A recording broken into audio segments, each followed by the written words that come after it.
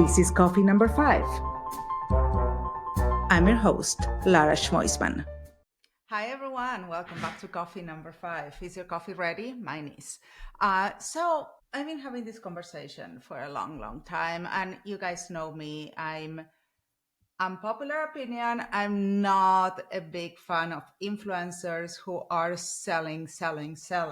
But I'm a big fan of communities. I'm big fans of creating collaborations and really people that you love your brand and that you want to collaborate with the brand. There might be payment involved or not. Doesn't matter to me. But what I don't care anymore, and I think many of the audience out there, they can read through the lines of someone who is sponsor content. And that's a tough one. So I wanted to bring you an expert, as always, in this space. So Henry Barton, thank you so much for being here today. Pleasure. Thank you for having me. We had this conversation several times as the industry. Today you're at Duel, and you have a very fancy title that I don't remember now. I find it hard to remember sometimes as well, in fairness. So as I say, I'm at Duel. I'm the global head of network, tasked with working with some of the most exciting beauty, fashion, lifestyle brands to, as you said, help those brands turn their communities of loyal and loving fans and advocates and turn them into their most powerful growth engine, essentially. Okay. So we build and scale programs that mobilize not just tens or hundreds of influencers, but thousands of passionate customers and creators to drive not just reach and engagement, but be a real revenue driver for these brands as well. So building programs like Charlotte Tilbury's Magic Beauty Stars and a variety of others to really allow brands to engage through challenges and activations that transcend inauthentic influencer posts and relationships. I love that you said that. But let's talk a little bit about the state of the industry, because everything started a little while ago, a few years ago, with social media, and a lot of people see it as a business opportunity, which I think is great. It's great to be a scraper. It's great to have, but everyone now is a content creator. So what is a content creator in your eyes? Anyone who creates content is my answer. I'm of the belief that you don't need to be an influencer to have influence. Anyone who's creating content, regardless of how many followers you have, they're creating content that resonates with, whether it's 100, whether it's 200, whether it's 1,000, whether it's 10,000, you're creating content that resonates. So my definition of a content creator is anyone who is bold enough and brave enough to be putting content out there on the big World Wide Web. Like we're doing right now. We're doing right now. Like, we are content creators. Yes, we are. But I think the key thing about what differentiates a content creator from, say, an influencer is it's their true authentic self. It's creating content that is resonant of their truest beliefs, their hobbies, their loves, their, what they spend their time, money, and energy into. That's how content is created in its truest form. And I think as far as the top question that you asked, and just like the state of the industry, I think we are seeing sort of like a bit of a recalibration of influence. Fashion, in my world at least, fashion, beauty, and lifestyle brands that thrive in the coming years, I think, will be the ones that treat advocacy not as sort of like a campaign tactic, but as like very, very heartbeat of their marketing. We see, I won't name names, but if you just need to log onto LinkedIn to see some of the backlash of a brand that has created a campaign that might not have resonated as well as they hoped it would, let's put it that way. And I am a true believer in the fact that has come about as a result of not truly understanding your customer, not truly speaking to your customer and responding to the content that they want to see built into the program. So I think what we're going to see. Let's break out the industry for a second, because I want the audience out there to understand what we talk about. Content creators, we talk about influencers a little, but there is another things like brand ambassadors. There is like the face of the brand, so where do you divide it? How do you divide these collaborators with brands? I think Sorry, to revisit that question, like how do you split between who's a content creator, Yeah. who's an influencer, or Yes, who is a content creator, who's an influencer, who is a brand ambassador, and who is the face of the brand. I mean, yeah. there are different, or there is any other role that you imagine that there is in this space right now. Yeah, of course. It's a great question. I think what we see is there we've got this three-part divide to how brands view it at the moment. You've got your influencers, so your hundreds upon thousands of followers of fans and followers on social. Regularly comes with a blue tick. Regularly comes with a manager or an agent that will And manage a lot of their and this work. So and it comes with the price tag. and it comes with a price tag. So there was like, if you look back to the early stages of influencer, like a lot of them would have been happy to do stuff in return for product, in return for experience, in return for maybe an elevated experience when it comes to PR packaging, etc. I think then that's shifted. We can come back onto that. I think the other section is ambassador and loyalty programs. So loyalty is something that's traditionally measured on spend. How many dollars you spend on a particular brand equates to rewards. It equates to maybe discounts, etc. So Also that's known as loyalty. affiliates. Pardon me.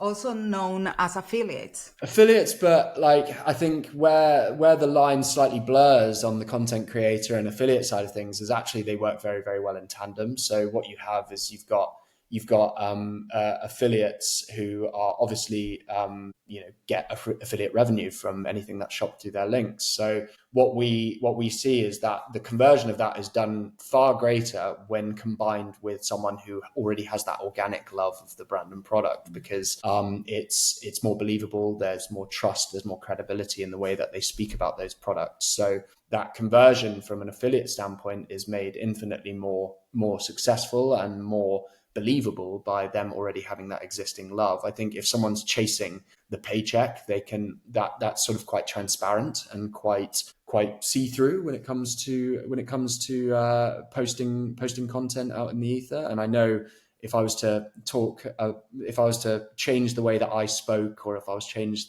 my hobbies on social, I know I'd be called out by my friends. The 1,000 people that follow me on Instagram, for example, would know that I'm changing to fulfill the brief of someone who might be wanting to access my micro community. So yeah, affiliate's still powerful regardless of how big you are in terms of follow accounts. And I think it's something that can be a real powerful tool when built at scale. Because affiliate, if you flooding not to bring it back around to Duel too much during this conversation, but when you take a program built by the likes of ourselves or some of the others in the space, this is built for scale. It's built for tens of thousands of people. It's not built for tens managed in an Excel spreadsheet. So yeah, I think it's interesting how I would probably caveat with saying that I don't think there's an industry standard for how it's segmented, and I also don't think there's necessarily a dedicated team, because like influencer can fall obviously under influencer teams, but it can fall sometimes under PR. It can work its way into brand marketing. It can work its way into affiliate. It can work its way into so many different ways. So and obviously with content creators, with ambassadors, it can do the same. So we're seeing sort of like the shift in where it sits. And I think the last thing I'll say on this part of the question is the macroeconomic climate dictates a little bit about where what the investment in this area is, and where the interest comes from an internal perspective. So when times are good, when money's cheap, when business is flowing, like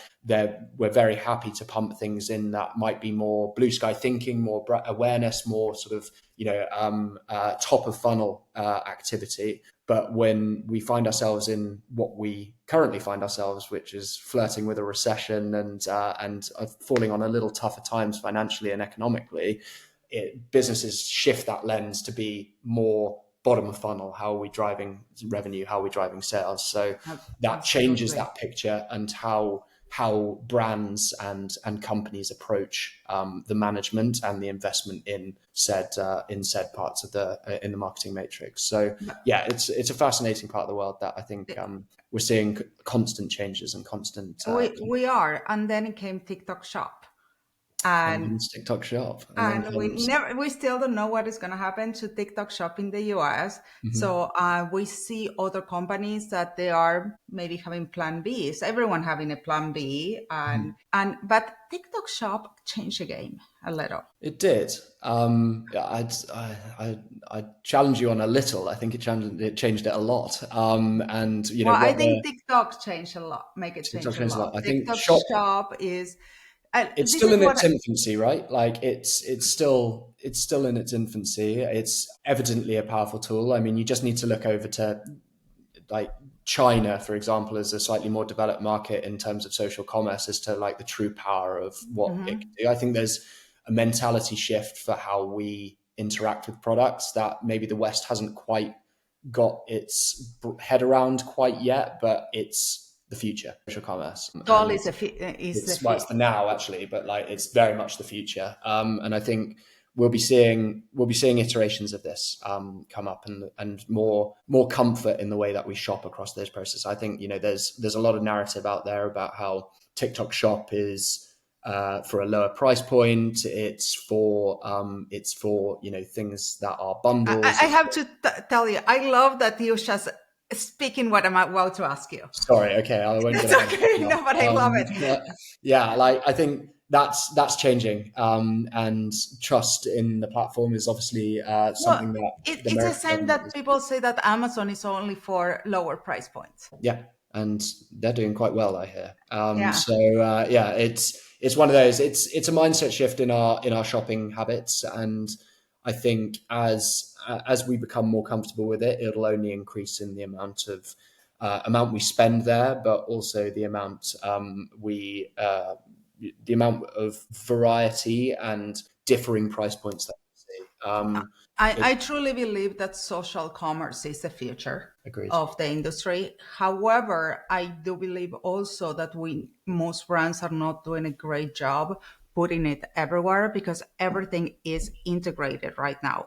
Yeah. And social media became a search engine too. Yeah. So like you were saying that you were changing narratives. I see a lot of brands that they have different narratives because they have one team doing SEO, another team doing social media, and they are just ranking for the wrong, they have a internal conflict, I will say. 100%. And operating in silos is arguably the most dangerous thing that brands can do these days, right? Because there's not that sort of like combined goal and combined focus. I think that argument's made even more interesting now with, the updates from Instagram and how, we're going to have to start thinking about how we caption our social posts, because that directly impacts searchability and discoverability on search engines. Absolutely. And now we have also this week the announcement from Shopify and ChatGPT that there's going to be a transaction less in ChatGPT. Like, go find this and buy it. And if you don't put the right keywords and you don't structure your data for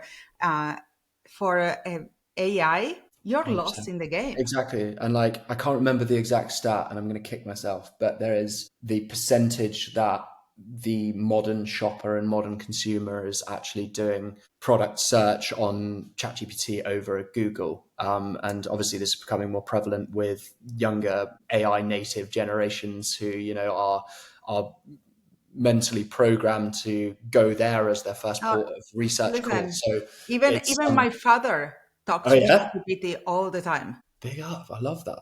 Good on him. That's excellent. Yeah. But yeah, it's definitely something that all brands are going to have to really lean into and put a bit more effort into truly understanding difference. I watched a great talk. I'm actually going to quickly I'm going to name drop him because he was brilliant. So I really, something that I've been seeing also in brands lately is that there been in the last few years, there was a very strong separation from branding, growth, and social. How do you see it? To me, that's a no-no. everything needs to be interconnected. But how do you see the future? What's going to happen with all the integration of AI? Also, now can be replacing influencers. You have AI people. I'm not sure how I feel about AI influencers just yet. They're bloody convincing. Let's put it that way. And like, I think there's wider like image and how we want models to be viewed and how we want like there's certain things, there's certain negative impacts of it in the fashion and beauty world specifically, maybe that shows a type of body, a type of person, a type of figure, a type of face that we deem to be, I think we can lose a little bit of inclusivity when we come to it. So I think it's about is what I'm seeing in these early stages, right? Like I'd love to see a more inclusive approach to how we're using AI models. But to answer the original question, I think yes, they need to work together. Like they really need to work together. It's never been more important for everyone to sort of get I on. believe that it was Bernard Shaw who said that if you get me actors who use exactly the words that I give them, do what I tell them to do, and use the intonation and the pauses and everything that I tell them, I guarantee you success. Oh, really? Bernard Shaw said that? Yeah. Okay. You're full of quotes. I love that. And I think that that's what AI is bringing to the table, that the director can get exactly what they wanted. Yes, but you shouldn't. The director's not the one that is buying the products. You No, need to be thinking about the humans that are actually buying your of products. Like course. bringing this back to that, like, is that what your consumer wants to see? Is that going to be the thing that incentivizes purchase? Is that use of AI the best use of AI in building a 100-year brand and something that is going to transcend the trends, like as if there's a long-term strategy to the use and there is a direct desire from your consumer. I think that's what we need to remember. We've got to listen to what our customer wants, Absolutely. and react accordingly. So I think as long as there is that company-wide directive and mission, and true understanding, North Star, if you like that phrase, I find it Okay. business jargony. But yeah, as long as there is that shared common goal from the business, that is how do we give the customer and our known customer what they want, then I see no reason as to why you shouldn't test, iterate, and respond accordingly to all of it. But it has to, the departments have to work together in order to make that the most And comprehensive I and think most effective manner. there are 2 points there. First of all, that creating this perfect AI and everything like the director wanted, it doesn't come for free. No. It's going to be a lot of elements, a lot of programs, a lot of work hours. So at some point, also, you need to be a business decision. There is a reason to use AI instead of a person. There has to be a reason behind it. Yeah, of course. Like, and it should be the same with every business decision, right? Yeah. Like, you do the research, you get the data, you prove the concept, and you can then action. I think where AI is helpful is enabling speed, and enabling, the operational element of getting from research to delivery even quicker. But I mean, yeah, I need to do more with AI myself. So I don't feel like I'm the best person. I'm a print media kind of guy. I'm a out of home billboard kind of guy. I am a social guy, in terms of the belief in that in its true authentic fashion can be an absolute game changer and differentiator. I need to do more research into I how I AI. love what you mentioned before about the brands forgetting many times about who is their consumer. And I feel like a lot of brands come with a pretty brand book and they forget to do the research and getting Yeah. to know that consumer and what they make them tick. Sure. Like they're the people who are buying our products. They're the people who are, telling their friends about those products. I think the more elevated experience is the true winner of today's world. And so and another little catchphrase I'll throw out there is I'm a big believer of your next best customer is your current best customer's best friend. Yep. And so if we're looking at our current best customers, what are they asking for? What are they responding to the most? What are they clamoring for? And in terms of maybe it's a campaign, maybe it's product development, maybe it's partnership. Like where else are they hanging out that you and do the digging on that, because those are the ones that will give you the most authentic and true feedback, because they are the ones already invested in your business. So they can provide the direction I say direction, they could provide guidance on what might be a rational next step to take in order to either further push them down that advocacy funnel and get them doing more for you, or spreading the word and helping you on that customer acquisition journey, or just providing that feedback. That is, one of our company values at Duel is feedback is a gift. And I think it's something that a lot of brands forget, that, when crowdsourcing that feedback from your most loving and loyal fans, these are the ones who want to see you succeed. So that feedback is going to be with your best interest at heart. Yeah, and I think this wonderful world of the internet gave us also another opportunity, which is the social proof.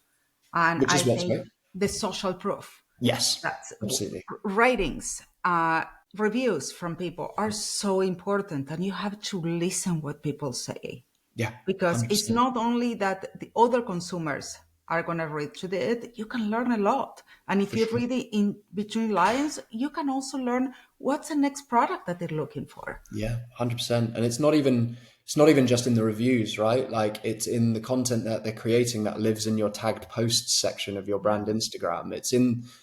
I mean, the comments section is obviously getting Yeah. a lot of it's getting a lot of love recently, because that's where the action happens. You Yes. just see all brands like really digging into comments on TikTok and on Instagram and other platforms, and actually listening to that, responding to it, engaging with it is a surefire way of not only understanding what sentiment is towards your business, but sentiment to culture, sentiment to their everyday lives. And I think the more you can listen to that and respond to that, you can embed yourself in culture, not chase every trend that's going on. We saw the astronomer CEO and all the brands like jumping on that Coldplay scandal, but like if the trend makes sense, if the cultural moment makes sense and is aligned with your brand, then you bet your bottom dollar that you'll find it in your comment section from those people who are engaging with your post. Absolutely.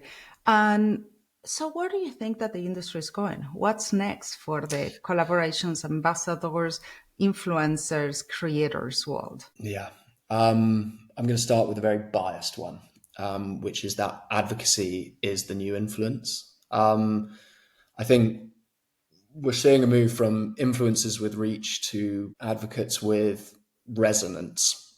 Is what I'd say. So the average consumer doesn't want to hear from a person with a million followers that are plugging multiple products week in, week out, and actually what they're looking for is that the people that they trust. Actually, the Amica Beauty CEO Chelsea Riggs recently came out in a Business of Beauty article and said that stylists are the new influencers for Hmm. Amica. People who are every day talking about hair, every day, dealing with different products. And the stylists that are recommending your products are the ones that understand not only from a sort of outcome perspective of what those products are doing, but from an integrity perspective of the ingredients, from a desired outcome of absolutely every element of the And product. consumer So feedback too. consumer feedback, but yeah, from people who don't traditionally fit the mold of influencer, but have trust and credibility in market. And I think this is made increasingly important with the meritocratic nature of algorithms these days, right? Like Yeah. it's no longer, I think, follow account it's not irrelevant. I wouldn't go as far as saying irrelevant, but with the meritocratic nature of the algorithms on social these days, good content is rewarded, not just well followed individuals and accounts. So more so than ever, we're seeing that rise of true like people that are creating trustworthy education-led content, micro creators that are passionate, and tight-knit peer groups that are providing real credibility and ultimately real ROI for brands these days. So that's my slightly biased one. I think what we'll also see is a rise of like owned communities. So brands are realizing that rented attention is costly and unstable.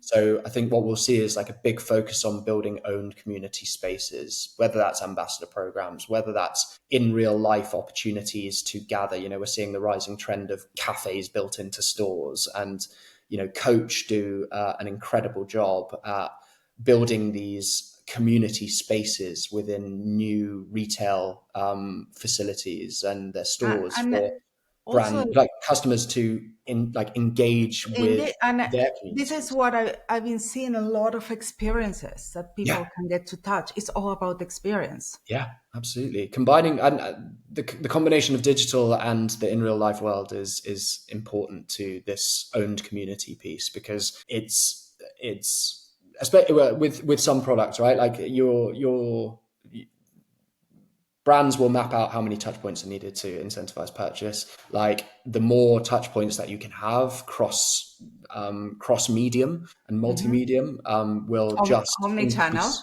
Pardon me, omni-channel. There we go. That's the yeah. word. End of my day, as I said. I don't have a coffee. I've got a water. So maybe we should name this one Well, water. that's bring me for my next question, and it's the last question of today. How do Sure. you drink your coffee?